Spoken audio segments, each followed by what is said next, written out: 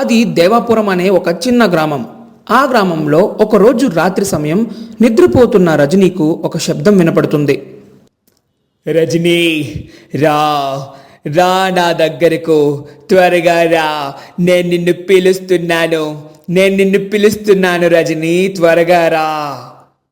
ఆ మాటలు వినగానే రజనీ వెంటనే నిద్ర నుంచి లేచి, ఇదిగో ఇప్పుడే వస్తున్నాను, నీ దగ్గరికే వస్తున్నాను అంటూ చాలా కంగారుగా శబ్దం వచ్చే వైపుగా పరుగులు తీస్తుంది. ఇది ఇలా ఉండగా కొత్తగా గృహప్రవేశం ముగించుకొని ఇంటి ముందు నిలబడి సరదాగా మాట్లాడుకుంటున్న సురేష్, అతని భార్య ఇంద్రజ ఆమెను చూస్తారు. ఏమండి, ఆమె రజనీ కదా, ఆమె ఎందుకు అలా పరిగెడుతుంది? అవును, ఏం జరిగి ఉంటుంది అని ఆమెను అడ్డుకునే ప్రయత్నం చేస్తారు. ఆమెను ఎంత పిలిచినా ఏం ఉపయోగం ఉండదు. ఆమె అలాగే వెళ్తూ ఉంటుంది. వాళ్ళు కూడా ఆమె వెంట వెళ్తూ ఉంటారు. ఆమె సరిగ్గా ఒక కొండ గృహలోకి వెళ్తుంది. ఇంద్రజ, నువ్వు ఇక్కడే ఉండు, నేను లోపలికి వెళ్ళొస్తాను అని లోపలికి వెళ్తాడు. అక్కడ ఆ ప్రదేశం అంతా చాలా భయంకరంగా ఉంటుంది. గబ్బిలాలు తిరుగుతూ ఉంటాయి. భయంకరమైన పిల్లి కూతలు, చుట్టూ అస్థిపంజరాలు, పుర్రెలు. ఆ ప్రదేశాన్ని చూసి అతను చాలా భయపడుతూ ఉంటాడు. పెద్ద పెద్దగా శబ్దాలు రావడం మొదలవుతాయి.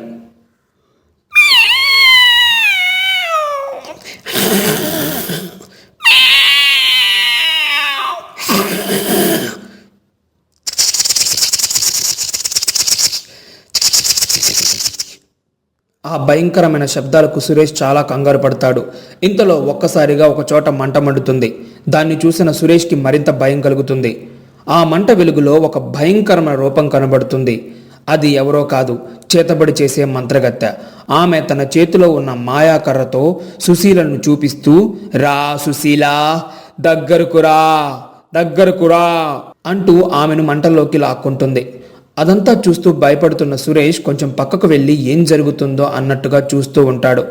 మంత్రగత్తె మంత్రాలు చదువుతూ, పేద పిశాచ శరీర అత్వాశంతో పేద పిశాచ శరీర అశ్వశంతో అని మంత్రాలు చదువుతూ ఉంటుంది. ఆ మంత్రాలు చదివే సమయంలో సుశీల చాలా భయపడుతూ, వద్దు, నన్నేం చెయ్యొద్దు, దయచేసి నన్నేం చెయ్యొద్దు, నన్ను వదిలే అంటూ కేకలు వేస్తూ ఉంటుంది. సురేష్కి ఏం చేయాలో అర్థం కాక ఏం తెలియనట్టుగా అక్కడి నుంచి బయటకు వస్తాడు. అతను బయటకు వచ్చి చూడగా ఇంతలో ఇంద్రజ కింద పడిపోయి ఉంటుంది. ఆమెను చేతులతో తీసుకొని అక్కడి నుంచి ఇంటికి వెళ్తాడు. అతను ఇంటికి వెళ్ళి ఆమెను మంచంపై పనుకోబెట్టి సృహ నుంచి బయటకు తీసుకువచ్చే ప్రయత్నం చేస్తాడు. చాలా సమయం తర్వాత ఇంద్రజ సృహ నుంచి బయటకు వస్తుంది. ఏమైంది ఇంద్రజ, ఎందుకు కళ్ళు తిరిగి పడిపోయావు? ఏం జరిగింది? నీకంతా ఒంట్లో సరిగానే ఉంది కదా? ఏమండి, నాకేమైందో నాకేం అర్థం కావట్లేదండి. అక్కడ ఏదో ఒక భయంకర రూపాన్ని చూశాను. బహుశా దాన్ని చూసి కళ్ళు తిరిగినట్టున్నాయి అని చెప్తుంది.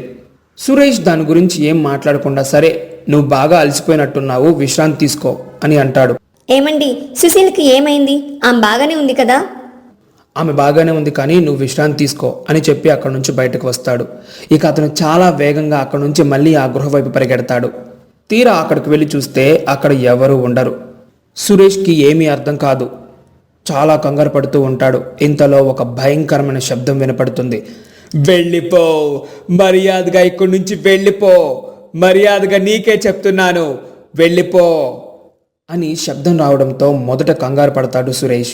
కానీ కొంచెం ధైర్యం తెచ్చుకొని, ఎవరు నువ్వు? నీకు ధైర్యం ఉంటే నా ముందుకొచ్చి మాట్లాడు అని గట్టిగా అంటాడు. అప్పుడు ఒక భయంకరమైన నవ్వు వినపడుతుంది.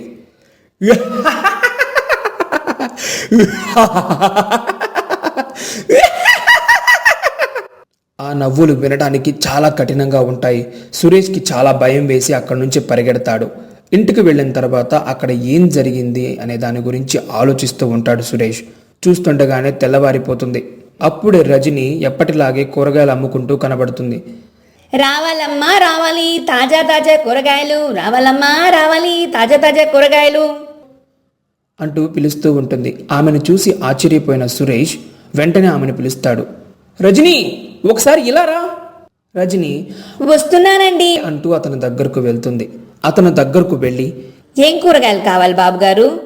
రజని, నేను రాత్రి మీరు ఎక్కడికి పరిగెడుతున్నారో మీకు అర్థమైందా? అసలు అక్కడ ఏం జరిగింది అని అడుగుతాడు. రజని చాలా ఆశ్చర్యంగా, నేనెక్కడికి వెళ్ళాను బాబు గారు, మీరేం మాట్లాడుతున్నారో నాకు అసలు అర్థం కావటం లేదు అని అంటుంది. అయితే నీకేం గుర్తులేదా? మీరు దేని గురించి మాట్లాడుతున్నారో నాకు అసలు అర్థం కావటం లేదు. అని అడగడంతో సురేష్ ఇంకా ఏం మాట్లాడకుండా నవ్వుతూ సరదాగా జోక్ చేశాలే రజని అని అంటాడు. ఇక సురేష్ ఆమె దగ్గర కూరగాయలు తీసుకొని డబ్బులు ఇచ్చి లోపలికి వెళ్తాడు. ఇంద్రజ వంట పని చేస్తూ ఉంటుంది. సురేష్ ఆమెతో, మనం రాత్రి రజనిని చూశాం కదా, తను భయంకరంగా కేకలు వేస్తూ పరుగులు తీసింది. ఆమెను ఈరోజు ఆ విషయం గురించి అడిగితే ఏం తెలియనట్టుగా మాట్లాడుతుంది. ఏ విషయం గురించండి మీరు మాట్లాడేది? నాకేం అర్థం కావడం లేదు.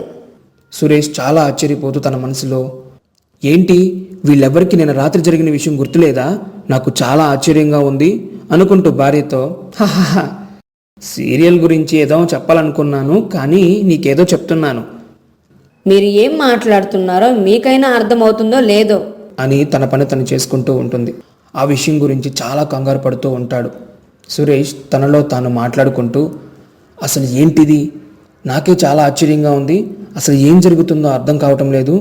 రజనీ ఏమో అలా చెప్తుంది, ఇంద్రజ ఏమో ఇలా మాట్లాడుతుంది. రాత్రి జరిగింది కళ లేక నిజమా? నాకు అయోమయంగా ఉంది అని అనుకుంటూ అక్కడ నుండి స్వీట్స్ దుకాణానికి వెళ్ళిపోతాడు. అప్పుడు రజని నిన్న వెళ్ళిన వైపుగా వెళ్తూ ఉంటుంది. దాన్ని చూసిన సురేష్, రజనీ ఒక్క నిమిషం ఆగు, ఆగు రజనీ, ఒక్క నిమిషం ఆగు అంటూ కేకలు వేస్తాడు. ఆమె అతని మాటలు పట్టించుకోదు. ఆమె అలా నిన్న వెళ్ళిన కొండ గృహలోకి చేరుకుంటుంది. సురేష్ ఆమె వెంటే వెళ్ళి కొండ గృహలోకి వెళ్లే ప్రయత్నం చేస్తాడు. కానీ ఒక్కసారిగా ఒక పెద్ద బండ వచ్చి అతనికి అడ్డుగా నిలబడుతుంది. అసలు ఇక్కడ ఏం జరుగుతుంది? వెంటనే ఈ విషయం ఊరి ప్రజలకు చెప్పాలి అంటూ చాలా కంగారుగా పరిగెడతాడు. ఇక అతను అక్కడి నుంచి పరిగెత్తుకుంటూ ఊరిలోకి వెళ్ళి అక్కడ ఉన్న ప్రజలతో జరిగిన విషయం చెప్తాడు. వాళ్ళందరూ దాన్ని విని వెంటనే అతనితో పాటు అక్కడికి చేరుకుంటారు. లోపల పెద్ద పెద్దగా మంత్రాలు వినపడుతూ ఉంటాయి. పేద పిశాచ శరీర అత్వాశంతో పేద పిశాచ శరీర అశ్వశంతో సహా. ఊరి ప్రజలందరూ, నువ్వు చెప్పింది నిజమే సురేష్ బాబు, వెంటనే ఈ బండను పలగొడదాం, లేదంటే ఆ మంత్రగత్తి ఏం ప్రమాదం చేస్తుందో ఏమో. అందుకు సురేష్ సరే అని అంటాడు. ఇక అందరూ కలిసి బండను పగలగొట్టే ప్రయత్నం చేస్తారు. ఎంత ప్రయత్నించినా అది మాత్రం అస్సలు పగలదు. దానికోసం ఏదో ఒకటి చేసి ఆ బండను పగలగొట్టాలని అందరూ నిర్ణయించుకొని వాళ్ళ ప్రయత్నం వాళ్ళు చేస్తూ ఉంటారు. ఊరి ప్రజలు బండను పగలగొట్టే ప్రయత్నం చేసినప్పటికీ ఎలాంటి ఉపయోగం ఉండదు. వాళ్ళు ఎంత ప్రయత్నించినా ఆ బండ అస్సలు పగలదు. ఈ బండ కూడా మంత్రాలతో మాయలతో ఉన్నదనుకుంటా, అందుకే అసలు పగలడం లేదు అని అంటాడు. ఊరి ప్రజలు, మరేం చేద్దాం బాబు అని అడిగినప్పుడు సురేష్కి ఏం చెప్పాలో అర్థం కాదు. మరొకసారి ప్రయత్నిద్దాం అని అంటాడు. ఇక అందరూ కూడా మళ్ళీ బండను పగలగొట్టే ప్రయత్నం చేస్తారు. ఇంతలో బండ అక్కడి నుంచి మాయమైపోతుంది. అందరూ కూడా లోపలికి వెళ్తారు. లోపల ఎవ్వరూ ఉండరు. రజని ఏం తెలియనట్టుగా బయటకు వస్తూ ఉంటుంది. అక్కడ ఉన్న వాళ్ళందరూ, రజనీ ఏమైంది నీకు, నువ్వు బాగానే ఉన్నావు కదా అని అడుగుతారు. రజని ఏమాత్రం మాట్లాడకుండా అక్కడి నుంచి వెళ్ళిపోతుంది. ఊరి ప్రజలందరూ కూడా చాలా భయపడుతూ ఉంటారు. ఇంతలో ఒక్కసారిగా మంత్రగత్తె వాళ్ళ ముందు ప్రత్యక్షమవుతుంది. వాళ్ళందరూ ఆమెను చూసి భయపడతారు. అసలు నువ్వెవరు, ఎందుకు ఇదంతా చేస్తున్నావు, నీకేం కావాలి? మంత్రగత్తె తన చేతిలో ఉన్న ఒక సీసాను చూపించి, ఇదేంటో తెలుసా?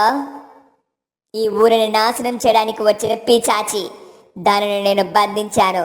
అది రజనిని ఆవహించింది. అందుకే ఆమెను ఇక్కడికి తీసుకువచ్చి ఆమె శరీరం నుండి దీన్ని బయటకు తీశాను అని చెబుతుంది. కానీ ఎవరూ కూడా దానిని నమ్మరు. వాళ్ళంతా, ఆమె అబద్ధం చెబుతుంది, ఆమెను కొట్టి చంపేయండి, అవును ఆమె అబద్ధం చెప్తుంది, ఆమెను కొట్టి చంపేయండి అంటూ పెద్ద పెద్దగా అరుస్తూ ఉంటారు. ఆమె మీద రాళ్లు విసురుతూ ఉంటారు. ఎవరూ తొందరపడద్దు, ఒక్క నిమిషం ఆగండి అంటూ కేకలు వేస్తాడు. అయినప్పటికీ వాళ్ళు అస్సలు వినరు. ఇంతలో ఒక రాయి ఆ గాజు సీసాకి తగిలి ఆ సీసా పగిలి ఆత్మ సీసా నుండి బయటకు వస్తుంది. ఆత్మ నవ్వుతూ, నన్ను విడిపించారు, దానికి చాలా సంతోషం, నేను చెయ్యాల్సింది చాలా ఉందనుకుంటా అంటూ అక్కడి నుంచి వెళ్ళిపోతుంది. మంత్రగత్తె చాలా కోపంగా, మీ కర్మను మీరే అనుభవించండి అంటూ అక్కడి నుండి మాయమైపోతుంది. ఇక ఊరి ప్రజలందరికీ ఆమె చెప్పింది నిజమే అని అర్థమవుతుంది. ఇప్పుడు ఏం చెయ్యాలి అనుకుంటూ ఒకరి ముఖం ఒకరు చూసుకుంటూ ఉంటారు. నేను చెప్పేది ఒక్క నిమిషం కూడా మీరు వినకుండా ఇలాంటి పని చేశారు. ఇప్పుడు మన ఊరికి ఏదైనా పెద్ద ప్రమాదం ఉందేమో అని అనిపిస్తుంది అని అంటాడు. వాళ్ళు కూడా చాలా భయపడుతూ ఏం చేయాలో అర్థం కాని పరిస్థితిలో ఉంటారు. ఇక అందరూ కూడా ఆలోచిస్తూ అక్కడి నుంచి వెళ్ళిపోతారు. ఇక ఆ రోజు రాత్రి నుండి విపరీతమైన కేకలు, పెద్ద పెద్ద ఏడుపులు వినపడుతూ ఉంటాయి.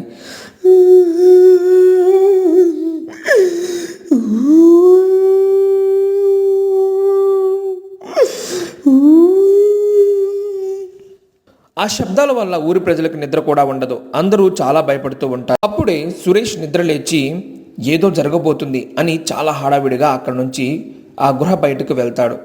ఆ గృహలో నిలబడి, అమ్మా, నేను నిన్ను వెతుక్కుంటూ నీ దగ్గరకు వచ్చాను.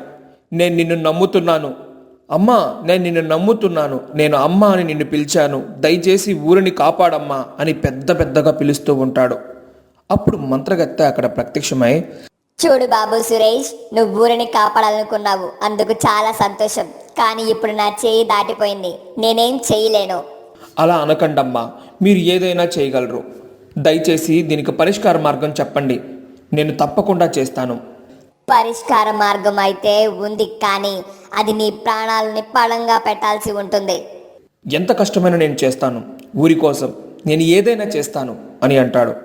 అప్పుడు మంత్రగత్తె, అయితే ముందు అసలు ఆ పిశాచి ఎవరు, ఎందుకు ఇక్కడికి వచ్చింది అనే నిజం నువ్వు తెలుసుకోవాలి. నాతో పాటు రా అని అంటుంది. సురేష్ ఆమెతో పాటు కలిసి వెళ్తాడు.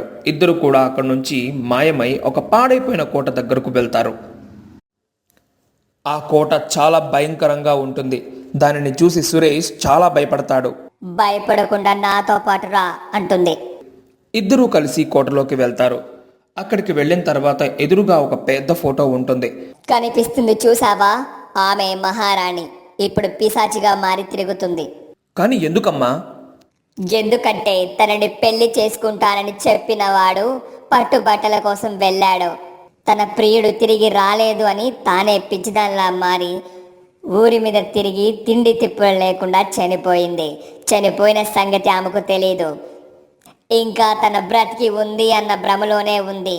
కొన్ని రోజుల తర్వాత తనకు అర్థమైంది తను చనిపోయింది అని. కోరిక తీరక ఆమె ఆత్మ ఇంకా ఇక్కడే సంచరిస్తుంది.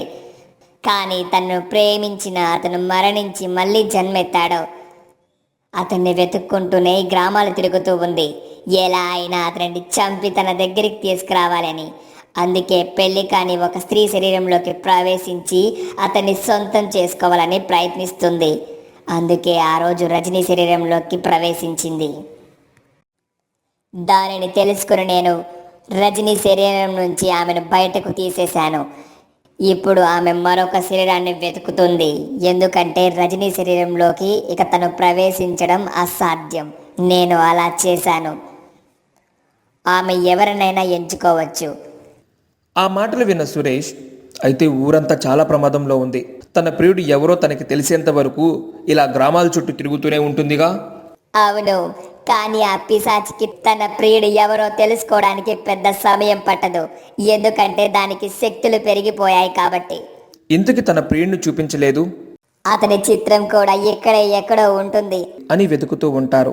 ఇంతలో వాళ్ళకి ఒక చిత్రం కనబడుతుంది. దానిని చూసి సురేష్ చాలా కంగారు పడతాడు. ఎందుకంటే ఆ చిత్రంలో ఉంది అతనే కాబట్టి. మంత్రగత్తె కూడా చాలా కంగారు పడుతుంది. వాళ్ళిద్దరూ కంగారు పడుతూ ఒకరి వైపు ఒకరు చూసుకుంటారు. సురేష్ చాలా కంగారు పడుతూ, ఇతనేంటి అచ్చం అలాగే ఉన్నాడు? నాకిప్పుడు అర్థమైంది అసలు ఈ ఊరికి అది ఎందుకు వచ్చిందో. ఆమె నిన్ను కలుసుకోవాలని ఆశతో వచ్చింది. ఎందుకంటే పూర్వజన్మలో నువ్వు ఆమె ప్రియుడివి కాబట్టి. కానీ ఈ జన్మలో కాదు కదా. నాకు పెళ్ళయింది, నాకేం అర్థం కావడం లేదు అంటూ కంగారు పడతాడు. ఇంతలో ఒక్కసారిగా మంత్రగత్తె శరీరం పెళపెళ మెరుస్తూ ఉంటుంది. సురేష్ అలా చూస్తూ ఉంటాడు. సురేష్, ఆమె ఎవరో శరీరాన్ని ఆవహించింది. ఇక ఆమెను ఎలా అయినా ఆపాలి. సురేష్ కంగారుగా, కానీ అది ఎలా సాధ్యం? అంటూ ఉండగానే మంత్రాల అవ్వ తన తలను తీసి ఇస్తుంది. సురేష్ చాలా కంగారు పడుతూ దాన్ని పట్టుకుంటాడు. మంత్రాల అవ్వ సురేష్తో ఒక రహస్యాన్ని చెబుతుంది. వెంటనే సురేష్ సరే అని అక్కడి నుంచి పరుగులు తీస్తాడు. తను మంత్రాల అవ్వ తలని తీసుకొని ఊరి మధ్యలో ఉన్న చెట్టుకు వేలాడతీసి అక్కడి నుంచి ఇంటికి వెళ్తాడు. ఇంటికి వెళ్ళాక తన భార్య ఇంద్రజ అతన్ని చూస్తుంది. ఎక్కడికి వెళ్ళారండి మీరు? మీకోసం చాలాసేపు ఎదురు చూస్తూ ఉన్నాను. ఇంద్రజ, మనం వెంటనే ఒక చోటుకు వెళ్ళాలి, నాతో పాటు రా. ఎక్కడికండి? నేను ఇప్పుడు ఎక్కడికి రాను. అయినా నేను ఈరోజు మీతో ఏకాంతంగా గడపాలని అనుకుంటున్నాను. అందుకోసమే నేను కూడా వెళ్దామంటున్నాను. నిన్ను ఒక మంచి ప్లేస్కి తీసుకువెళ్దాం అనుకుంటున్నాను, నువ్వు నాతో పాటురా. ఇంక ఎక్కడికి వెళ్ళవో, నా నుంచి తప్పించుకోలేవో అంటూ పెద్దగా అరుస్తుంది. తన శరీరం అంతా పచ్చ రంగులోకి మారుతుంది. తన కళ్ళు ఎర్రగా మారుతాయి. సురేష్కి అర్థమవుతుంది మంత్రాల అవ్వ చెప్పినట్టుగా ఆ దెయ్యం తన భార్య శరీరాన్ని ఆవహించింది అని. మర్యాదగా నా భార్య శరీరాన్ని వదిలిపెట్టి వెళ్ళిపో, లేదంటే నేను నిన్నేం చేస్తానో నాకే తెలీదు.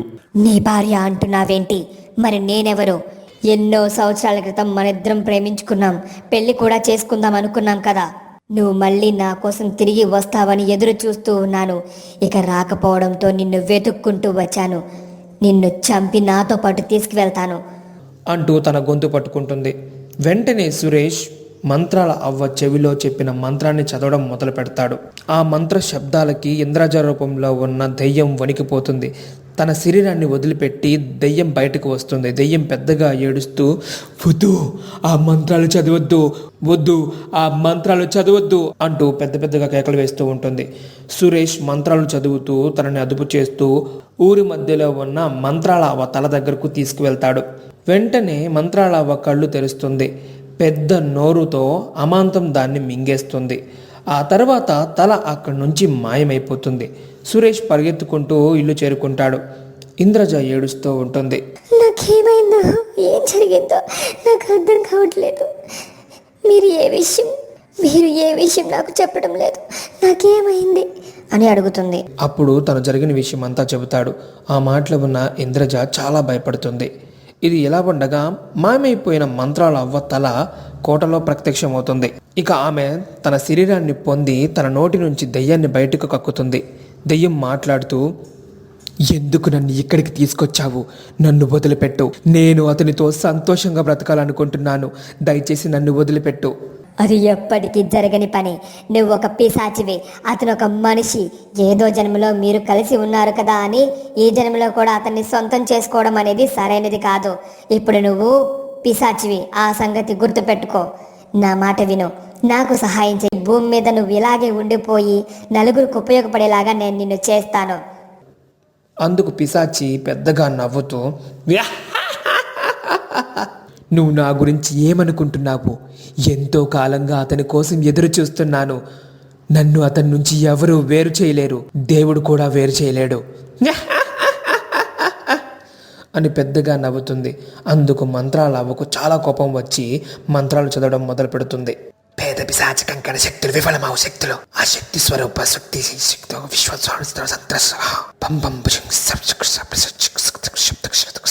వద్దు, దయచేసి ఆ మంత్రాలు ఆపు, దయచేసి ఆ మంత్రాలు ఆపు అంటూ పెద్ద పెద్దగా కేకలు వేస్తుంది. తన మంత్రదండంతో దానిని అదుపు చేస్తూ గదులు గదులు తిప్పుతూ ఉంటుంది. మంత్రాల అవ్వ మంత్రాల కర్రతో ఆమె వెంట తిరుగుతూ ఆమెను ఒక సమాధిలోకి తీసుకువెళ్తుంది. తర్వాత ఆ దయ్యాన్ని సమాధిలో బంధింపజేస్తుంది. అలా సమాధిలో బంధించిన తర్వాత తను బయటకు వచ్చి ఇంటి చుట్టూ ఒక మంత్రాన్ని వేస్తుంది. ఆ తర్వాత మంత్రాల అవ్వ అక్కడి నుంచి వెళ్ళిపోతుంది. అప్పటి నుంచి ఆ పిశాచి బందీఖానాలో ఉండి పెద్ద పెద్దగా అరుస్తూ, తలుపులు బద్దలు కొట్టండి, ఎవరైనా బద్దలు కొట్టండి, తలుపులు తీయండి, దయచేసి తలుపులు తీయండి, దయచేసి నన్ను వదిలిపెట్టండి అంటూ ఏడుస్తూ ఉంటుంది. అప్పుడే అటుగా వెళ్తున్న నడువయసు ఉన్న భార్యాభర్తలు ఇద్దరు కూడా, ఏంటి ఈ కోట నుండి శబ్దాలు వినపడుతున్నాయి, పాపం ఎవరికో ఏమో అయినట్టుందే. అప్పుడు భార్య, ఇదంతా బహుశా మంత్రాలు అవ్వ చెప్పింది కదా, దెయ్యం పని అనుకుంటా అండి. మనకెందుకు వచ్చిన గొడవ, మనం వెళ్ళిపోదాం పదండి. అందుకు అతను, అవును, నువ్వు చెప్పింది కూడా నిజమే, అసలు నేను ఆ సంగతి మర్చిపోయాను, మనకెందుకు వచ్చిన గొడవలే, మనం వెళ్ళిపోదాం అని వాళ్ళు అక్కడి నుంచి వెళ్ళిపోతూ ఉండగా అప్పుడు ద్వయం స్వరం వినపడుతుంది. మీరు నన్ను బందీ నుంచి విడిపించకపోతే మీ తల 1000 ముక్కలుగా పగిలిపోతుంది. ఇక్కడి నుంచి కోట దాటేలోపు మీరు మరణిస్తారు. మర్యాదగా వచ్చి తలుపు తీయండి, నన్ను ఈ బందీ నుంచి విడిపించండి అంటూ కేకలు వేస్తుంది. ఆ మాటలు విన్న వాళ్ళిద్దరికీ ఏం చేయాలో అర్థం కాదు. ఏమండి, ఇప్పుడు ఏం చేద్దాం? నేను వద్దు వద్దు అంటున్నా, ఇటు తీసుకొచ్చారు. ఇటు గుండా వెళ్తే తొందరగా ఇల్లు వస్తుంది అని. ఇప్పుడు చూడండి మన పరిస్థితి ఎలా ఉందో. నాకు చాలా భయంగా ఉంది. ఇప్పుడు నా మీద గొడవ పడతావు ఎందుకో, ముందు దాన్ని విడిపిద్దాం పద అంటూ వాళ్ళిద్దరూ మాట్లాడుకుంటూ ఉంటారు. ఆమె చాలా భయపడుతూ ఉంటుంది. మర్యాదగా లోపలికి రండి, మర్యాదగా లోపలికి రండి అంటూ పిలుస్తూ ఉంటుంది. ముందును ఈ వెనక ఈ అంటే ఇదే అనుకుంటా, ఎటు వెళ్ళినా మనకి సావు తప్పదు. అని అనుకొని దానిని విడిపించడానికి లోపలికి వెళ్తూ ఉంటారు. అలా వాళ్ళు లోపలికి వెళ్ళే ప్రయత్నం చేస్తూ ఉండగా అప్పుడు ఒక్కసారిగా మంత్రాల అవ్వ ప్రత్యక్షమై లోపలికి వెళ్ళారో చచ్చిపోతారో వెళ్ళిపోండి అని అంటుంది. ఇక వాళ్ళిద్దరూ అక్కడ భయంతో వెళ్ళిపోతారు. లోపల ఉన్న దెయ్యం, నేను బయటకు వచ్చిన తర్వాత నిన్ను వదిలిపెట్టను, ఖచ్చితంగా నిన్ను చంపేస్తాను, తర్వాత నా కోరిక తీర్చుకుంటాను. అది ఎప్పటికీ జరగనివ్వను అని చాలా కోపంగా అక్కడి నుంచి పెద్ద పెద్దగా కేకలు వేస్తూ ఊరిలోకి వెళ్తుంది. రండి, అందరూ రండి, నేను చెప్పింది వినండి, నేను చెప్పింది వినండి అంటూ కేకలు వేస్తుంది. అందరూ అక్కడికి వస్తారు. ఇక నుంచి ఆ కోట వైపు అస్సలు వెళ్ళకూడదు, ఆ కోట వైపు వెళ్తే మీరు మరణిస్తారు అంటూ జరిగిన విషయం అంతా చెప్తుంది. ఊరి ప్రజలు కూడా చాలా భయపడుతూ, మీరు చెప్పినట్టుగానే మేము ఎక్కడికి వెళ్ళము, జాగ్రత్తగా ఉంటాము అని అంటారు. ఇక వాళ్ళందరికీ ధైర్యం చెప్పి మంత్రాల అవ్వ అక్కడి నుంచి వెళ్ళిపోతుంది. ఇక రోజులు గడుస్తూ ఉన్నాయి. ఆ దెయ్యం పెద్ద పెద్దగా రాత్రిపూట కేకలు వేస్తూ ఉంటుంది. నాకు సహాయం చెయ్యండి, ఎవరైనా నాకు సహాయం చెయ్యండి, నాకు సహాయం చెయ్యండి, నాకు సహాయం చెయ్యండి అంటూ ఉంటుంది. ఆ దెయ్యం అలా ఏడుస్తూ, నేను ఎలా అయినా బయటకు వస్తాను, అప్పుడు నీ పని చెప్తాను మంత్రాల అవ్వ అని అనుకుంటుంది. మంత్రాల అవ్వ దెయ్యాన్ని బంధించిన కొన్ని రోజుల తర్వాత ప్రజలు ఎవరి పనులు వాళ్ళు చేసుకుంటూ ఉంటారు. మంత్రాల అవ్వ తన గృహలో ఉండగా సురేష్ ఆమె దగ్గరికి వస్తాడు. ఏమిటి సురేష్ ఇలా వచ్చావు? ఏం కావాలి? ఏం లేదమ్మా, మిమ్మల్ని చూసి చాలా రోజులు అవుతుందని వచ్చాను. అన్నట్టు ఆ పిశాచి ఎలాంటి శబ్దం లేకుండా నిశ్శబ్దంగా ఉంది. నాకెందుకు అది బయటకు వచ్చిందేమో అనిపిస్తుంది. అది బయటకు వస్తే నా చేతిలో ఎప్పుడో చచ్చేది. నువ్వు అలాంటి భయం ఏం పెట్టుకోవద్దు. జరిగింది మర్చిపోయి నీ భార్యతో సంతోషంగానే ఉన్నావు కదా, అలాగే ఉండు. మీకు ధైర్యం చాలా ఎక్కువ అమ్మా.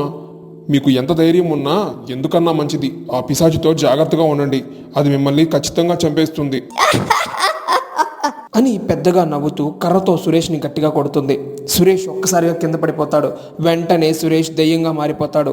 నా దగ్గరంటే నీ వేషాలు, సమాధి నుండి బయటకు వచ్చిందే కాకుండా మారు వేషంలో నా దగ్గరికి రావడానికి ఎంత ధైర్యం? నిన్ను చంపడానికి వచ్చాను, నీ ప్రాణం తీస్తాను అని అంటుంది. మంత్రాల అవ్వ పెద్దగా నవ్వుతూ ఏది, నన్ను చంపు అని నవ్వుతూ మరో రూపాన్ని ప్రత్యక్షం చేస్తుంది. దెయ్యం ఆమెను చంపడానికి ప్రయత్నం చేస్తుంది. అప్పుడు మంత్రాల అవ్వ తన రూపాన్ని మరొక వేగంగా పెంచుతుంది. దెయ్యం పదే పదే ఆమెను చంపే ప్రయత్నం చేస్తుంది. మంత్రాల అవ్వ తన రూపాన్ని అనగా తన శరీరాన్ని 10 చోట్ల 10 రకాలుగా నిలబడి నవ్వుతూ ఉంటుంది. ఏది, నన్ను ఇప్పుడు చంపు, ఏది, నన్ను ఇప్పుడు చంపు, నన్ను చంపు. అలా అంటూ ఉండగా దాన్నంతా చూసి ఆ దయ్యం చాలా భయపడుతూ ఏడుస్తూ ఎందుకు ఎందుకు నన్ను ఇలా చిత్రహింసలు పెడుతున్నావు, ఎందుకు అంటూ ఉండగా మాయా అవ్వ తన శక్తితో ఆమెను మళ్ళీ సీసాలోకి బంధిస్తుంది. అప్పుడే చాలా హడావిడిగా సురేష్ అక్కడికి వస్తాడు. అమ్మా, మీరు బంధించిన ఆ దెయ్యం ఆ ఇంట్లో లేదు, అది బందీ నుండి బయటకు వచ్చింది. మంత్రాల అవ్వ తన చేతిలో ఉన్న సీసాను చూపిస్తూ ఇదిగో ఇందులోనే ఉంది ఆ దయ్యం అంటూ జరిగిన విషయం అంతా చెప్తుంది. ఆ మాటలు విన్న సురేష్ చాలా కంగారుగా, నాకు అర్థమైంది మీరు దానిని ఎలా అయినా చంపేస్తారు అని, కానీ అది ఎలా బయటకు వచ్చిందో నాకు అర్థం కావటం లేదు. ఇప్పుడే తెలుసుకుందాం అని తన చేతిలో ఉన్న కర్రని అలా పైకి లేపుతుంది. ఒక వెలుగు ప్రత్యక్షమవుతుంది. అందులో అంతా కనబడుతూ ఉంటుంది. అక్కడ కట్టప్ప భార్య అయిన చంద్రముఖి భర్త కట్టప్పతో మాట్లాడుతూ, ఏమండి, మన పరిస్థితి ఎంత దారుణంగా ఉందో చూస్తున్నారుగా. పెళ్ళిడికి వచ్చిన అమ్మాయి ఉంది, ఆ అమ్మాయికి ఇంతవరకు పెళ్లి చేయలేదని నలుగురు 4 రకాలుగా మాట్లాడుతున్నారు. దాని గురించి ఏమన్నా ఆలోచించారా లేదా? చంద్రముఖి, నేను కూడా దాని గురించి ఆలోచిస్తూ ఉన్నాను. కానీ కట్నం లేకుండా ఎవరు మన పిల్లని పెళ్లి చేసుకోవడానికి సిద్ధంగా ఉన్నారు చెప్పు? చాలా చోట్ల సంబంధాలు వస్తున్నాయి పోతున్నాయి, అందరూ కూడా కట్నం గురించే మాట్లాడుతున్నారు. ఏం చెయ్యాలో అర్థం కాని పరిస్థితిలో ఉన్నాను నేను. మీరు ఇలాగే దాని గురించి ఆలోచిస్తూ కూర్చోండి, అప్పుడు అమ్మాయికి పెళ్లి వయసు కూడా దాటిపోతుంది. అలా వాళ్ళిద్దరూ మాట్లాడుకుంటూ ఉంటారు. అలా మాట పెరిగి ఇద్దరి మధ్య పెద్ద గొడవ వస్తుంది. ఆ గొడవలో ఆమెను కొట్టి చాలా కోపంగా అక్కడి నుంచి వెళ్ళిపోతాడు. అతను కోట వైపు నడుచుకుంటూ వెళ్తాడు. ఆ కోట వైపు అలా చూస్తూ, ఓ దెయ్యమా, నన్ను చంపేసేయి, బయటకు వచ్చి నన్ను చంపేసేయి, నిన్ను నేను బందీ నుంచి విడిపిస్తాను. ఈ కుటుంబ కష్టాలు నేను భరించలేకపోతున్నాను అని చాలా బాధపడుతూ ఉంటాడు. చూడు, నువ్వు నిజంగా నన్ను వదిలిపెట్టావు అంటే నీకు చాలా డబ్బు ఇస్తాను. నువ్వు జీవితంలో ఎప్పుడు వెనక్కి తిరిగి చూసుకోలేనంత డబ్బు నీ సొంతం అవుతుంది. నీకు ఆ డబ్బుతో ఎంత అవసరం ఉందో నాకు బాగా తెలుసు. నా మాట విని త్వరగా బద్దలు కొట్టు అని అంటుంది. అప్పుడు అతను ఆ దయ్యం మాటలు విని దానిని బద్దలు కొట్టడానికి సిద్ధపడతాడు. అప్పుడే పెద్ద పెద్ద రాళ్ల వర్షం కురుస్తుంది. ఆ రాళ్ళు అన్నీ కూడా కోట చుట్టూ కమ్మిపోతాయి. అతను దానిని పగలగొట్టే ప్రయత్నం చేస్తూ ఉంటాడు. లోపల ఉన్న దయ్యం త్వరగా బద్దలు కొట్టు, ఇదంతా మంత్రాల అవ్వ చేస్తున్న పనే, త్వరగా బద్దలు కొట్టు అని చాలాసేపు అరుస్తూ కేకలు వేస్తూ ఉంటుంది. కట్టప్ప ఆ బండల్ని పగలగొట్టే ప్రయత్నం చేస్తూ ఉంటాడు. ఎంతో కష్టపడి ఆ బండల మొత్తాన్ని తొలగిస్తాడు. ఇక చివరిగా తలుపులు పగలగొట్టి సమాధి నుంచి ఆ దయ్యాన్ని బయటకు విడిపిస్తాడు. దయ్యం ఒక్కసారిగా బయటకు వచ్చి పెద్దగా నవ్వుతూ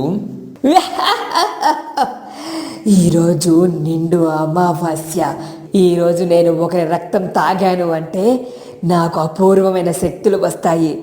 అందుకు కట్టప్ప నువ్వు సిద్ధంగా ఉన్నావా? నేను నీ మాటలు నమ్మి బద్దలు కొట్టాను. నువ్వు నన్నే చంపాలనుకుంటున్నావు. ఇది న్యాయమా నీకు? దెయ్యాలకి న్యాయం అన్యాయాల గురించి ఎలాంటి అవసరం లేదనుకుంటా. ఆ విషయం నీకు తెలియకపోవడం చాలా బాధాకరం. ఇప్పుడే నేను నిన్ను చంపేస్తాను అంటూ అతని వెంట పడుతుంది. అతను చాలా భయంతో అక్కడి నుంచి పరుగులు తీస్తాడు. అతను అలా పరిగెడుతూ ఉండగా అతని భార్య చెల్లెలు రవణమ్మ చాలా బాధగా అటుగా వస్తూ ఉంటుంది. రవణమ్మను చూసి అతను ఏమైంది రమణమ్మ? ఎందుకు బాధపడుతూ ఇటు పరిగెడుతున్నావు? అవన్నీ నేను చెప్పుకోలేను బావగారు, నేను చాలా బాధల్లో ఉన్నాను. అది సరే, మీరెందుకు ఇంత కంగారుగా పరిగెడుతున్నారు అని అడుగుతుంది. అప్పుడు అతను ఆ దయ్యం వైపు చూస్తాడు. అతని మనసులో దురుద్దేశం కలుగుతుంది.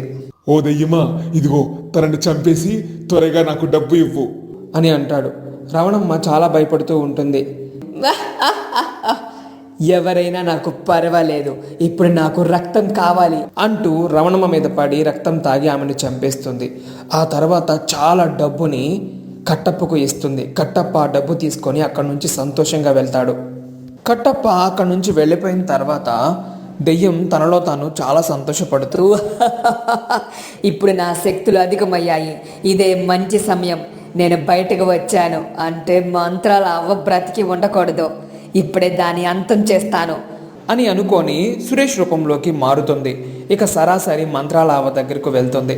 జరిగిన విషయం అంతా కళ్ళకు కట్టినట్టుగా అతనికి కనిపించడంతో అతను చాలా కంగారు పడతాడు. అమ్మా, దాని శక్తులు చాలా ఎక్కువయ్యాయి, అంటే మనం చాలా జాగ్రత్తగా ఉండాలి. అదే కదా బాబు నేను చెప్తుంది, ఇక మీరు చాలా జాగ్రత్తగా ఉండాలి. అలాగే ఆ కట్టప్పను ఇక్కడికి తీసుకురా. తన స్వార్థం కోసం ఊరి ప్రాణాలనే బలి తీయడానికి సిద్ధపడ్డాడు. పైగా పాపం తన భార్య యొక్క చెల్లెల్ని చంపేసేలాగా చేశాడు. ఇదంతా సరైనది కాదు. వెంటనే అతను ఎక్కడున్నా తీసుకురా. అందుకు సురేష్, అమ్మా అతను ఎక్కడున్నాడో మీకు తెలుస్తుంది కదా, మీ మాయాశక్తితో అతను ఎక్కడున్నాడో చెప్పండి, నేను అక్కడికి వెళ్ళి అతన్ని తీసుకొని వస్తాను. అందుకు మంత్రాల అవ్వ తన మాయాశక్తితో అతను ఎక్కడ ఉన్నాడో చూస్తుంది. ఇక త్వరగా అతన్ని తీసుకురమ్మని చెప్తుంది. సురేష్ అక్కడి నుంచి వెళ్తాడు. ఇది ఇలా ఉండగా అక్కడ భార్యాభర్తలు ఇద్దరు అనగా కట్టప్ప చంద్రముఖి ఇద్దరు మాట్లాడుకుంటూ ఉంటారు. ఏమే, తొందరగా సర్దావా లేదా? సర్దానండి, అయినా ఇంత డబ్బు ఎక్కడి నుండి వచ్చిందో చెప్పమంటే చెప్పరేంటి? అవన్నీ నీకెందుకే, ముందు నేను చెప్పినట్టు చెయ్యి. అన్నీ సర్దుకున్నావా లేదా వస్తున్నా అంటూ హడావిడిగా మూటాముళ్ళు సర్దుకొని బయలుదేరతారు. అలా ఇద్దరు బయటకు వచ్చారో లేదో ఎదురుగా సురేష్ ఉంటాడు. సురేష్ను చూసి వాళ్ళు చాలా కంగారు పడుతూ ఉంటారు. ఎక్కడికి పారిపోతున్నారు అని గట్టిగా మందలిస్తాడు. అతను అక్కడి నుంచి పరిగెత్తే ప్రయత్నం చేస్తాడు. సురేష్ వెంటనే అతన్ని పట్టుకొని, మీరు చేసిన పని వల్ల ఎంత ప్రమాదం జరిగిందో మీకు కూడా తెలుసు కదా. ఆ మాటలు వింటున్న చంద్రముఖికి ఏమీ అర్థం కాదు. చంద్రముఖి, బాబు సురేష్, ఏమైంది బాబు, ఏం జరిగింది? అప్పుడు సురేష్ జరిగిన విషయం అంతా చెప్తాడు. ఆ మాట వినగానే చంద్రముఖి బోరును ఏడుస్తూ, అయ్యో ఎంత పని చేశారండి, నా తోడబుట్టిన చెల్లెల్ని ఎంత అన్యాయం చేశారు. తనకు భర్త కూడా లేరు, పిల్లలు లేరు, నేనే సర్వస్వం అనుకుంది. ఏదో చిన్న మాట అన్నానని చెప్పి ఏడుస్తూ వెళ్ళింది. ఎంత పని చేశారండి బాబు, మేమిద్దరం కమల పిల్లలము, ఒకరంటే ఒకరికి చాలా ప్రాణం. అలాంటి నా చెల్లెల్ని పొట్టన పెట్టుకున్నాడు వీడు. వీడిని బ్రతకనివ్వకూడదు, ఊరిని కూడా నాశనం చేస్తాడు వీడు అంటూ ఏడవడం మొదలు పెడుతుంది. ఆ మాటలు విన్న సురేష్ ఆమెను ఓదారుస్తూ, మీరేమీ బాధపడద్దు, ముందు మంత్రాలవ్వ దగ్గరికి వెళ్దాం పదండి అని అంటాడు. ఈలోపు కట్టప్ప సురేష్ నుంచి తప్పించుకొని పరిగెడతాడు. సురేష్ కూడా అతని వెంట పడతాడు. చంద్రముఖి కూడా చాలా భయపడుతూ అతని వెంట పరిగెడుతుంది. సురేష్ పరిగెత్తుకుంటూ వెళ్ళి కట్టప్పని పట్టుకుంటాడు. కట్టప్ప చాలా భయపడుతూ, బాబు సురేష్, నన్ను వదిలే బాబు. ఏదో పెళ్ళాం పిల్లలు ఉన్నోండి, బుద్ధి తక్కువయ్యే లాంటి పని చేశాను, దయచేసి నన్ను వదిలే, నన్నేం చేయమాక అని బ్రతిమలాడతాడు. అందుకు సురేష్, నీ స్వార్థం గురించి నువ్వు ఒక్కడివి ఆలోచించుకుంటే సరిపోతుందా? నీ వల్ల ఊరు మొత్తం ప్రమాదంలో పడేది. నిన్ను ఊరికి వదిలిపెట్టకూడదు. నువ్వు మంత్రాల అవ్వ దగ్గరికి వెళ్దాం పద. అందుకు అతను చాలా భయపడుతూ, బాబు సురేష్, నీకు దండం పెడతాను, నన్ను వదిలేయని బతిలో ఆడుకుంటున్నాను, నువ్వు ఎందుకు నన్ను వదిలిపెట్టడం లేదు బాబు, నీకు దండం పెడతాను బాబు అని పదే పదే చాలా కంగారుగా అడుగుతూ ఉంటాడు. అయినప్పటికీ సురేష్ అతని మాటలు ఏం పట్టించుకోకుండా అతన్ని తీసుకువెళ్లాలనే ప్రయత్నం చేస్తాడు. ఇంతలో వెనక నుండి ఎవరో సురేష్ని కొడతాడు. సురేష్ ఒక్కసారిగా కింద పడిపోతాడు. అప్పుడే మంత్రాల అవ్వ ఒక్కసారిగా ఉలిక్కి పడుతుంది. సురేష్ చాలా ప్రమాదంలో ఉన్నాడు. వెంటనే నేను అక్కడికి వెళ్ళాలి, కానీ ఈ పూజని మధ్యలో వదిలేసి వెళ్ళకూడదు. భగవంతుడా, నేను ఏం చెయ్యాలి అంటూ చాలా కంగారు పడుతూ ఉంటుంది. అక్కడ చంద్రముఖి తన చేతిలో ఒక కర్ర పట్టుకొని, నా భర్త మీద చెయ్యి వేస్తే నేను ఎలా ఒప్పుకుంటాను? తను చేసింది తప్పైనా సరే నేను అతన్ని సమర్థిస్తాను. ఏమండి, మనం డబ్బుతో ఇక్కడి నుంచి పారిపోదాం పదండి అని అంటుంది. ఒసే, ఆ అమ్మాయి సంగతి మర్చిపోయాము. ఆ అమ్మాయి రేపు ఊరికి వస్తానని చెప్పింది కదా, మరి దానికి ఎలాగా? అవును కదండి, ఆ సంగతి మర్చిపోయాను. ఇప్పుడు మనము కాపు కాద్దాము. ఈరోజు మొత్తం ఊర్లోనే ఉండి అమ్మాయి రాగానే అమ్మాయిని తీసుకొని ఊరికి నుంచి పారిపోదామండి అని అంటుంది. అందుకు అతను కూడా సరే అంటాడు. భార్యాభర్తలు ఇద్దరు కూడా ఊరి చివరన పెద్ద చెట్టు దగ్గర కాపు కాస్తూ ఉంటారు, తన కూతురు రాక కోసం. వాళ్ళు రాత్రంతా అలా కాపలా కాస్తూనే ఉంటారు. తెల్లవారిపోతుంది. వాళ్ళ కూతురు నాగలక్ష్మి అప్పుడే అటుగా వెళ్తూ ఉంటుంది. అప్పుడు తల్లి, అమ్మాయి నాగలక్ష్మి, అమ్మా నాగలక్ష్మి, ఎక్కడమ్మా అని పిలవడం మొదలు పెడుతుంది. ఆమెను చూసిన నాగలక్ష్మి, ఏంటమ్మా నువ్వేంటి ఇక్కడున్నావు? ఇంతలో కట్టప్ప, నువ్వు వస్తున్నావని తెలిసే ఇక్కడికి వచ్చావమ్మా, తొందరగా ఇక్కడి నుంచి వెళ్ళిపోదాం పదా. ఏంటి, ఏం జరిగింది? అంత కంగారుగా ఉన్నారు. ఆ చేతిలో బ్యాగ్స్ ఏంటి? అమ్మాయి, అవన్నీ తర్వాత చెప్తాం కానీ ముందు మనం ఎక్కడి నుంచి వెళ్ళిపోవాలి పదా అని హడావిడిగా ఆమెను తీసుకుని వెళ్తూ ఉంటాడు. ఇంతలో సురేష్ గృహం నుంచి బయటకు వస్తాడు. అతను వాళ్ళని అడ్డుకొని, మీరు ఎక్కడికి వెళ్ళడానికి వీల్లేదు, మర్యాదగా మీ ముగ్గురు మంత్రాల దగ్గరికి వెళ్దాం పదండి అని బెదిరిస్తాడు. ఎవరు మీరు? ఎందుకలా బెదిరిస్తున్నారు? నాన్న, అమ్మ, అసలు ఇక్కడ ఏం జరుగుతుందో నాకు అర్థం కావటం లేదు. అప్పుడు సురేష్ జరిగిన విషయం అంతా చెప్తాడు. ఆ మాట విని తను చాలా కంగారు పడుతూ, ఛీ, నాన్న ఎంత పని చేశారో! ఒక ప్రాణాన్ని తీయడమే కాకుండా దొంగతనంగా ఇక్కడి నుంచి వెళ్ళిపోవాలని చూస్తున్నారా? అమ్మా, నువ్వు కూడా అతన్ని కొట్టి ఎంత పెద్ద తప్పు చేశావు! ఛీ, మీరిద్దరూ హంతకులు. నాకు చాలా చిరాగ్గా ఉంది మిమ్మల్ని చూస్తుంటే. నేను మీలాంటి వాళ్ళ కడుపులో పుట్టినందుకు సిగ్గుపడుతున్నాను అని చాలా బాధపడుతూ ఉంటుంది. ఇక సురేష్ వాళ్ళ ముగ్గురిని మంత్రాల అవ్వ దగ్గరికి తీసుకువెళ్తాడు. మంత్రాల అవ్వ పూజ చేస్తూ ఉంటుంది. అమ్మా, మీరు చెప్పినట్టుగానే వాళ్ళని తీసుకొచ్చాను అని అంటాడు. వస్తున్నా అన్నట్టుగా సైగ చేస్తుంది. మంత్రాల అవ్వ పూజను ముగించుకొని వాళ్ళ దగ్గరకు వస్తుంది. ఏంటి అంత కంగారు పడుతున్నావు రవణమ్మ అని అంటుంది. ఆ మాట వినగానే కూతురు నాగలక్ష్మి చాలా ఆశ్చర్యపోతూ, అమ్మ, మీరు పొరపాటు పడుతున్నారు. మా అమ్మ పేరు రమణమ్మ కాదు, చంద్రముఖి. రమణమ్మ చనిపోయింది. మా నాన్న దెయ్యానికి బలి తీశాడు. ఆ విషయం మీకు తెలుసు కదా. అప్పుడు మంత్రాల అవ్వ పెద్దగా నవ్వు, పిచ్చిదానా, నువ్వనుకున్నట్టు తను నీ తల్లి కాదు. తను మీ పిన్ని రమణమ్మ. చనిపోయింది నీ తల్లి కాదు అని ఆమెను చెప్పమని చెప్పు. ఆ మాట వినగానే కట్టప్ప మరియు నాగలక్ష్మి ఇద్దరు కూడా చాలా కంగారు పడుతూ, ఏంటి మీరనేది నిజమేనా అంటూ ఆమెను నిలదీస్తారు. అలాగే రమణమ్మ వైపు చూసి, ఏంటి మాట్లాడకుండా ఉన్నావు? చెప్పు, మంత్రాల అవ్వ చెప్తుంది నిజమేనా? చెప్పు. ఏంటి రమణమ్మ, నువ్వు చెప్తుంది నిజమేనా? నువ్వు నా భార్యవు కాదా రమణమ్మవా? నిజం చెప్పు అని అంటాడు. అందుకు రమణమ్మ ఏం చెప్పాలో అర్థం కాక చాలా భయపడుతూ ఉంటుంది. తను ఏం చెబుతుంది నేను చెప్తాను వినండి. అసలు ఏం జరిగిందంటే, మంత్రగత్తె వాళ్ళ కళ్ళకి కట్టినట్టుగా ఒక దృశ్యాన్ని చూపిస్తుంది. ఆ రోజు కట్టప్ప దెయ్యంతో మాట్లాడుతున్నప్పుడు రమణమ్మ అటుగా వెళ్తూ ఉంటుంది. అప్పుడు దెయ్యం అతనికి డబ్బులు ఇస్తానన్న సంగతి అంతా వింటుంది రమణమ్మ. రమణమ్మ మనసులో, ఇదేదో నాకు బాగా ఉపయోగపడేలాగా ఉంది. నా దగ్గర ఉన్న మందుతో అక్కకి పిచ్చి పట్టేలాగా చేసి తనే రమణమ్మలాగా చేస్తాను.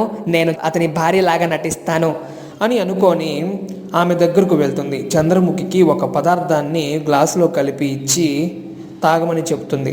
ఏంటి రమణమ్మ ఇది? ఏం లేదక్క, నీ మోకాళ్ళ నొప్పులు పోతాయి తాగావంటే. నేను కాశ్మీర్ నుండి తెప్పించాను ఆ మాటలు విన్న చంద్రముఖి సరే అని దాన్ని సేకరించింది. ఇక వెంటనే ఆమె పిచ్చిదానిలాగా మారిపోయి నేనెవరు అని అడుగుతుంది. నీ పేరు చంద్రముఖి, నేను మీ అక్కని అని ఏదేదో చెప్పడం మొదలు పెడుతుంది. అదంతా నిజం అనుకొని ఆమె ఆ భ్రమలో ఉండిపోతుంది.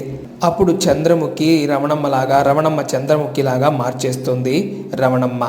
ఇక ఆమె పిచ్చి పట్టిన దానిలాగా పరిగెత్తుకుంటూ రోడ్ల మీద అరుస్తూ ఉంటుంది. అప్పుడే కట్టప్ప కనిపించడం, అతనితో మాట్లాడడం, దెయ్యానికి బలి అవ్వడం అంతా జరుగుతుంది. ఇక ఆ దృశ్యం అంతా కళ్ళకు కట్టినట్టుగా వాళ్ళు చూసి చాలా ఆశ్చర్యపోతారు. ఎంత మోసం చేశావు, నా భార్యని చంపేశావు. నువ్వు చేసిందేంటి? నన్ను బలించాలనుకున్నావు కదా, ఎవరు తీసుకున్న గోతిలో వాళ్లే పడ్డారు అని అంటుంది. ఇక వాళ్ళిద్దరూ కొట్టుకోబోతుండగా ఆగండి, ఏం చేస్తున్నారు మీరు? కొంచెమైనా బుద్ధుందా? ఇక్కడ అందరూ తప్పులు చేసిన వాళ్లే, నాకు బాగా అర్థమైంది. ఇప్పుడు జరగాల్సింది ఏందో చూద్దాం, దాని గురించి మాట్లాడుకుందాం, అందుకే మిమ్మల్ని ఇక్కడికి తీసుకొచ్చాను అని అంటుంది మంత్రగత్తె. ఆ మాటలకి వాళ్ళందరూ కూడా అమ్మా, మీరు ఏం చెప్పినా చేయడానికి మేము సిద్ధంగా ఉన్నాము, మేము ఏం చేయాలో చెప్పండి అని అంటారు. చూడండి, ఈ దెయ్యాన్ని నేను ఎక్కువ కాలం బంధించలేను. ఇది రక్తం తాగి అధిక శక్తుల్ని పొందింది. ఇప్పుడు వెంటనే దీన్ని అంతం చెయ్యాలి, లేదంటే ఊరంతా నాశనం అవుతుంది. అమ్మా, మీరు ఏం చెప్పినా చేస్తామంటున్నాం కదా, ఏం చేయాలో చెప్పండి. చూడు సురేష్, ఆ రోజు నేను చెప్పినట్టుగానే నువ్వు చేయాల్సి ఉంటుంది. నీ ప్రాణాల్ని పణంగా పెట్టాల్సి ఉంటుంది. తప్పకుండా అమ్మా, నేను ఊరి కోసం ఏదన్నా చేస్తానని చెప్పాను కదా, ఇప్పుడు కూడా అదే చెప్తున్నాను. సరే, వెళ్ళి నీ భార్యని తీసుకొని రా అంటుంది. ఇక అతను అక్కడి నుంచి వెళ్ళి తన భార్యని తీసుకొని వస్తాడు. ఇంద్రజకి కూడా అక్కడ జరుగుతుందంతా చెప్తారు. ఆమె సరే అని అంటుంది. ఇక మంత్రగత్తె ఆ దెయ్యాన్ని ఇంద్రజ శరీరంలోకి పంపిస్తుంది. ఇంద్రజ దెయ్యంలా మారుతుంది. ఇక సురేష్, ఇక నిన్ను చంపక వదిలిపెట్టను అంటూ అతని వెంట పడుతుంది. ఇక అతను కూడా అక్కడి నుంచి పరిగెత్తడం మొదలు పెడతాడు. వాళ్ళ వెంట మంత్రగత్తె కూడా పరిగెడుతుంది. ఇక వరుసగా అందరూ ఒకరి వెంట ఒకరు పరిగెడుతూ ఉంటారు. సురేష్ సరాసరి ఒక పెద్ద గృహలోకి వెళ్తాడు. ఆమె కూడా ఆ గృహలోకి వెళ్తుంది. ఇక అప్పుడే అసలు కథ మొదలైంది. వాళ్ళందరూ గృహలోపలికి వెళ్ళిన తర్వాత మంత్రాల అవ్వ సురేష్ని బంధించేస్తుంది.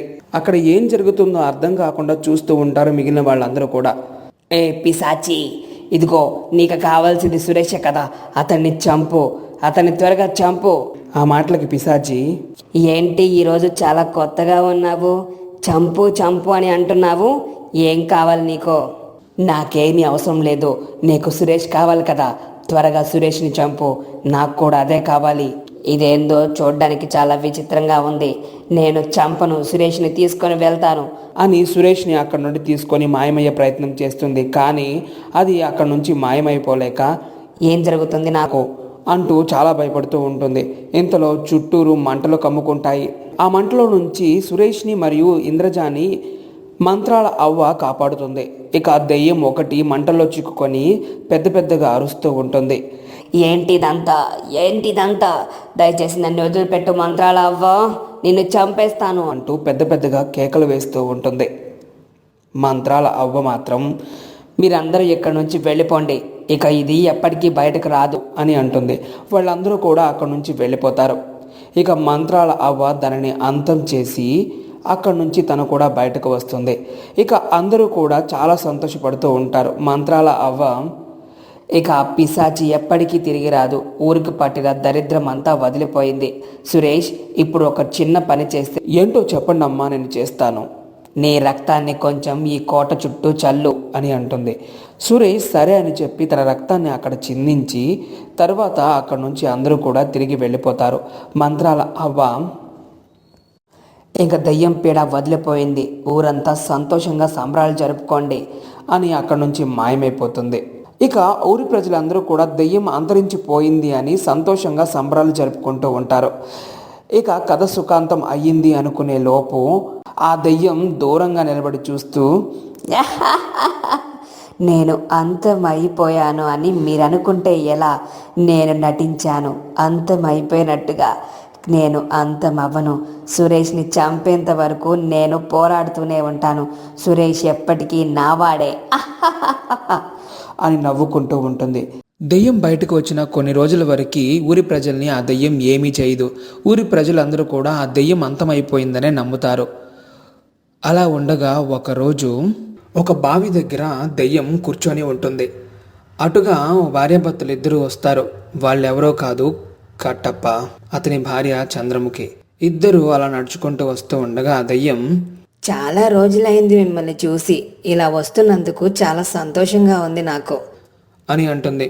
ఆ మాటలు వినగానే వాళ్ళు చాలా కంగారు పడుతూ, ఎవరు మాట్లాడేది, మర్యాదగా మా ముందుకొచ్చి మాట్లాడు అని అంటారు. అప్పుడు ఆ దెయ్యం చాలా పెద్దగా నవ్వుతూ, వచ్చాను, మీ ముందుకే వచ్చాను. ఏం చేస్తారు, నన్ను చంపుతారా అని అంటుంది. దెయ్యాన్ని చూసిన వాళ్ళిద్దరూ చాలా కంగారు పడుతూ, అప్పుడు చంద్రముఖి మాయా అవ్వ మంత్రించి ఇచ్చిన మంత్రజలాన్ని ఆ దెయ్యం మీద కుమ్మరిస్తుంది.